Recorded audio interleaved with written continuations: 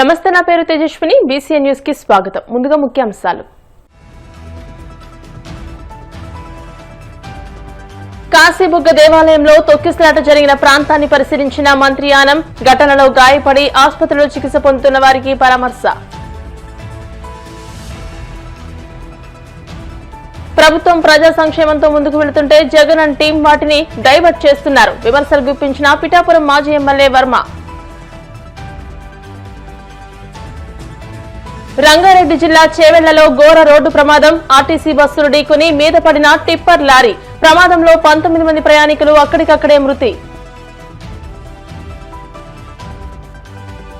కరీంనగర్ జిల్లాలో రెండో రోజు జనంబాట కార్యక్రమం. సామాజిక తెలంగాణ లక్ష్యంగా తెలంగాణ జాగృతి పనిచేస్తుందన్న ఎమ్మెల్సీ కల్వకుంట్ల కవిత. శ్రీకాకుళం జిల్లా కాశీబుగ్గ దేవాలయంలో తొక్కిసలాట జరిగిన ప్రాంతాన్ని మంత్రి ఆనం రామనారాయణ రెడ్డి పరిశీలించారు.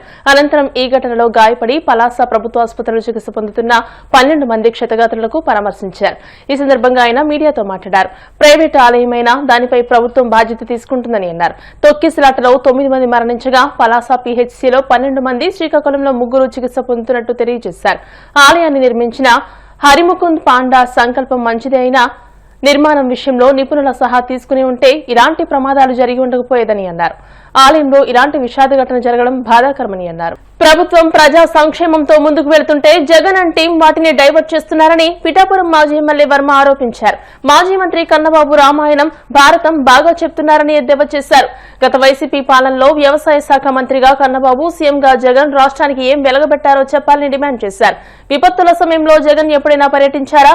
గాల్లో తిరగడం తప్ప ఏం చేశారంటూ ఫైర్ అయ్యారు. కష్టం వస్తే చంద్రబాబు 5 నిమిషాల్లో అక్కడ ఉంటున్నారని తెలియజేశారు. గత వైసీపీ హయాంలో 5 ప్రకృతి విపత్తులు వచ్చాయని, అయినా ఏనాడు ప్రజలను ఆదుకోలేదని దుయ్యబట్టారు.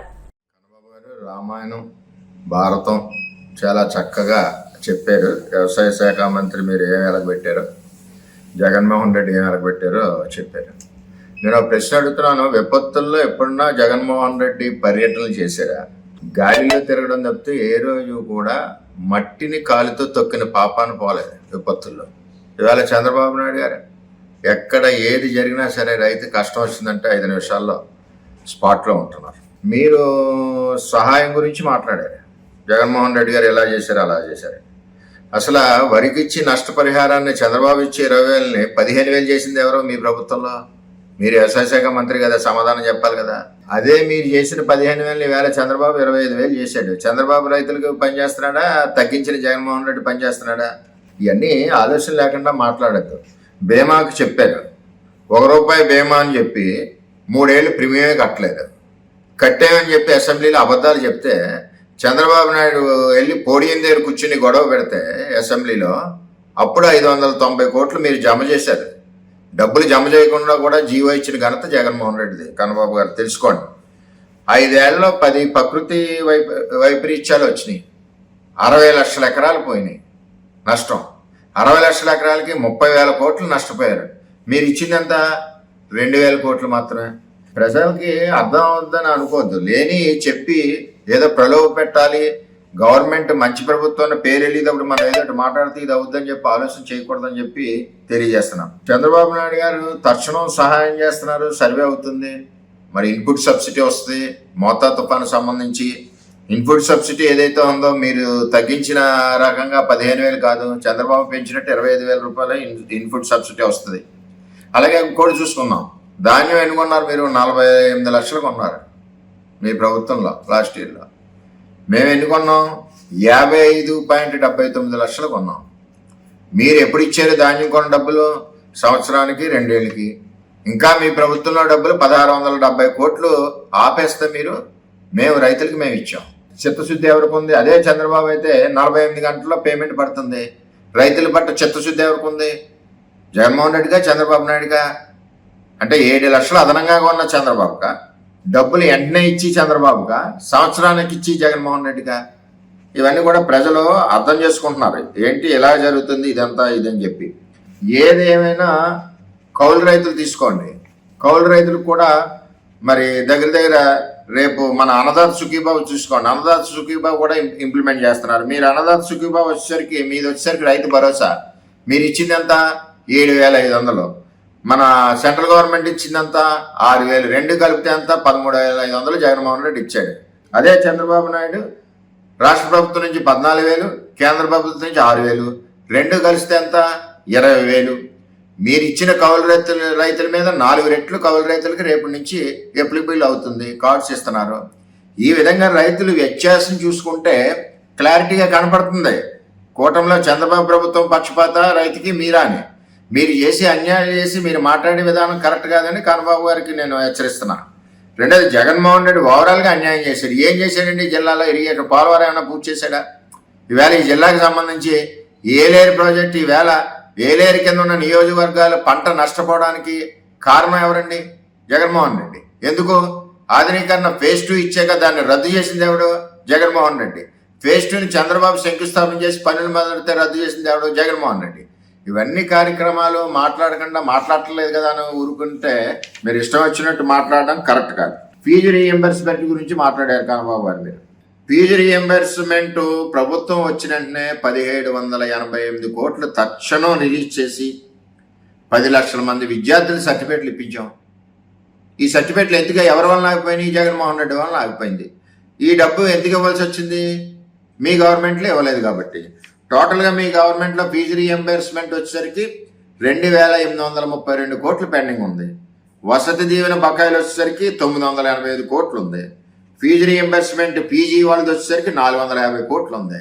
ఇవన్నీ పెట్టేసి చంద్రబాబు తప్పు చేస్తున్నాడు, చంద్రబాబు ఇవ్వలేదంటే నువ్వు ఎందుకు ఫీజు రీఎంబర్స్మెంట్ ఇవ్వలేకపోయావు? జగన్మోహన్ రెడ్డి ఎందుకు చేయలేకపోయావు? 10 లక్షల మంది సర్టిఫికేట్లు నీ టైంలో ఎందుకు ఆగిపోయినాయి? ఇవన్నిటికి సమాధానం చెప్పాలి కదా, ఉన్నట్టు మాట్లాడడం కాదు. 10 లక్షల మంది సర్టిఫికేట్లు రిలీజ్ అవడం గురించి వెంటనే డబ్బు ఉన్నా లేకపోతే 1,788 కోట్లు రిలీజ్ చేశారు చంద్రబాబు నాయుడు గారు. ఈ విధంగా ప్రజా సంక్షేమంతో ముందుకెళ్తుంటే ప్రభుత్వాన్ని మంచి ప్రభుత్వం అని చెప్పి ప్రజల్లో మాట వస్తుంటే దాన్ని డైవర్షన్ చేయడానికి వీళ్ళు ఇటువంటి తప్పుడు ప్రకటనలు చేస్తూ ఉన్నారు. ఇటు జగన్మోహన్ రెడ్డి టీం, కన్నబాబు గారు కానీ జిల్లాలో ఈయన కానీ. కన్నబాబు గారు తెలియదా వ్యవసాయ శాఖ మంత్రి? రైతులకు ఎంత అన్యాయం చేసామో ఆయనకి తెలుసు.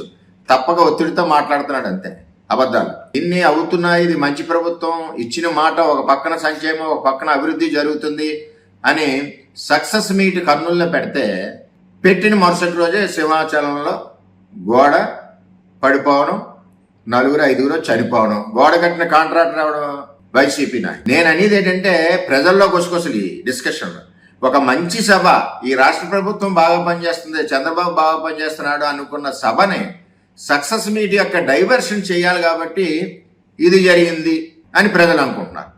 అలాగే మోంతా తుఫాను సక్సెస్గా ప్రజలకి ఎక్కడా ప్రాణ నష్టం లేకుండా ఆస్తి నష్టం తగ్గించుకుంటూ 4-5 రోజుల ముందు ఎలక్ట్ అయి ఆయన దుబాయ్లో ఉన్నా సరే రాష్ట్ర ప్రభుత్వ కార్యక్రమాల మీద అక్కడి నుంచి కూడా మానిటర్ చేసి ఇటు పార్టీ క్యాడర్ని, అటు అధికారులని, కలెక్టర్ని మానిటర్ చేసి ఎలక్ట్ చేసి ప్రాణ రక్షణ మన ఎవరో చనిపోకుండా చేసి ఆస్తి నష్టం కూడా తగ్గించారు, ప్రాణ నష్టం కూడా తగ్గించారు. అటువంటిది ప్రజల్లో అమ్మయ్య చంద్రబాబు నాయుడు ఈ తుఫాను నుంచి బయటపడ్డామని రైతుల్లోని ప్రజల్లోని అనుకుని ఒక ఓదార్పు నుంచి వాళ్ళు బయటికి వస్తుంటే ఒక భయం నుంచి ఓహో ఇది సక్సెస్ అయింది, మన తుఫాను సంబంధించిన వర్క్స్ అన్నీ కూడా బాగా చేశారు టీము, ఇది ప్రజల్లోకి పోతుందని చెప్పి మీరేం చేశారు? శ్రీకాకుళంలో వెంకటేశ్వర గుడి పడిపోయింది, 90 చనిపోయారు. ఇది ప్రజలు ఏమనుకుంటున్నారంటే ఏదైనా రాష్ట్ర ప్రభుత్వం ఒక మంచి పని, చంద్రబాబు చేసిన మంచి పని ప్రజల్లోకి వెళ్తుంటే ఇన్సిడెంట్ ఎందుకు అవుతుంది, అదే రోజు ఎందుకు అవుతుంది ఇన్సిడెంట్, ఆ మరుసటి రోజు ఎందుకు అవుతుంది ఇన్సిడెంట్ అన్నది ప్రజల్లో గుసగుసలు ఎక్కువగా ఉన్నాయి. నేను రాష్ట్ర డీజీపీ గారిని కోరేది ఏంటంటే ప్రజల యొక్క అనుమానాలు ఏమున్నాయో ఆ రాష్ట్ర పోలీస్ చీఫ్గా మీరు తీర్చవలసిన బాధ్యత ఉంది. ఇవన్నీ చూస్తే ప్రభుత్వాన్ని అప్రతిష్ట పాలు చేయాలని ఒక దురుద్దేశంతో చేస్తూ ఉన్నారు. మరి ఇలా చేసిన వల్లనే, ఇటువంటి కార్యక్రమాలు చేసిన వల్లనే రైతులకి నష్టం చేసిన వల్లనే, అందుకనే ప్రజలందరూ కూడా ఆ 111కి సరి చేశారు. ఈసారి 111లో 1 ఉండొచ్చు, లేకపోతే 0 ఉండొచ్చు, అది ఎవరో ప్రజల నిర్ణయం. తిరుపతి జిల్లా గూడూరు పట్టణంలోని శ్రీ అలగనాథ స్వామి దేవస్థానంలో కైశిక ద్వాదశి సందర్భంగా స్వామి మరియు భోగమూర్తికి ద్వాదశారాధనం పల్లకి సేవ ఘనంగా నిర్వహించారు. శ్రీ అళగనాథ స్వామి దేవస్థానంలో సంవత్సరంలో ఒక్కరోజు కైశిక ద్వాదశి నాడు మూల విరాట్ వద్ద ఉన్న భోగమూర్తిని బయటికి తీసుకువచ్చి పల్లకి సేవ నిర్వహించడం ఆనవాయితీగా వస్తుంది. దీంట్లో భాగంగా అళగనాథ స్వామి మరియు భోగమూర్తికి మంగళ వాయిద్యాలతో ద్వాదశారాధనం పల్లకి సేవ ఘనంగా నిర్వహించారు. భక్తులు అధిక సంఖ్యలో హాజరై పల్లకి సేవలో పాల్గొని తీర్థ ప్రసాదాలు స్వీకరించారు.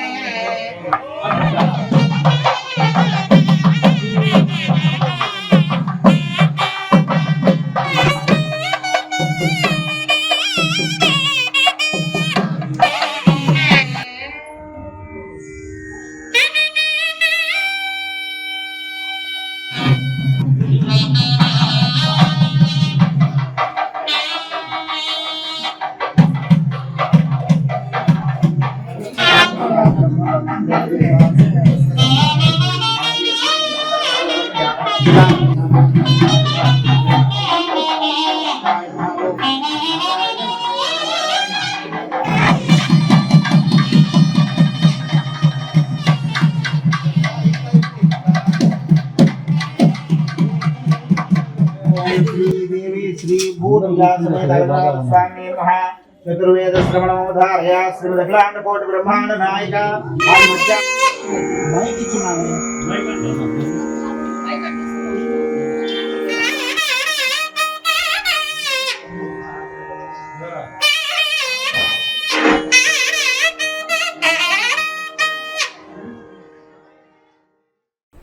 ఇప్పుడు కాసేపు ప్రకటనలు.